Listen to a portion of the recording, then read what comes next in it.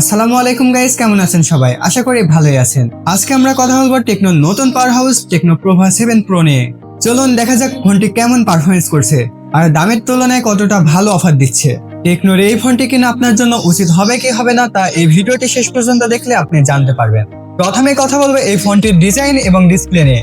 Techno প্রভার এই মডেলটি আসলে দেখতে অসাধারণ। প্রথম দেখাতেই আপনার পছন্দ হয়ে যেতে পারে। ফোনটিতে থাকছে 6.78 ইঞ্চি অ্যামোলেড স্ক্রিন এবং 1.5K রেজলিউশন আর 144 হার্জ রিফ্রেশ রেট, মানে স্ক্রলিং বা গেমিং সবই একদম স্মুথ হবে।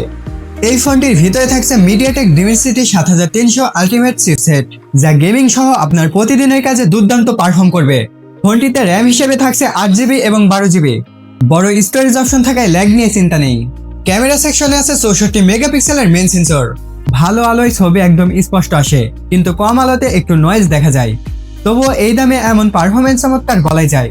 ব্যাটারির কথা বললে এই ফোনটিতে পেয়ে যাচ্ছেন 6000 mAh এর বিশাল ব্যাটারি, সাথে 45 ওয়াট ফাস্ট চার্জিং আর 30 ওয়াট ওয়্যারলেস চার্জিং, মানে ব্যাটারি নিয়ে একদমই চিন্তা নেই।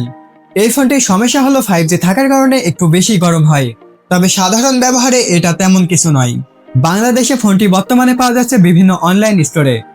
মূল্য ভেরিয়েন্ট অনুযায়ী আলাদা হতে পারে, তবে 30,000 টাকার আশেপাশে এটা বেশ চমৎকার প্যাকেজ বলাই যায়। তাহলে এই ছিল আজকের রিভিউতে।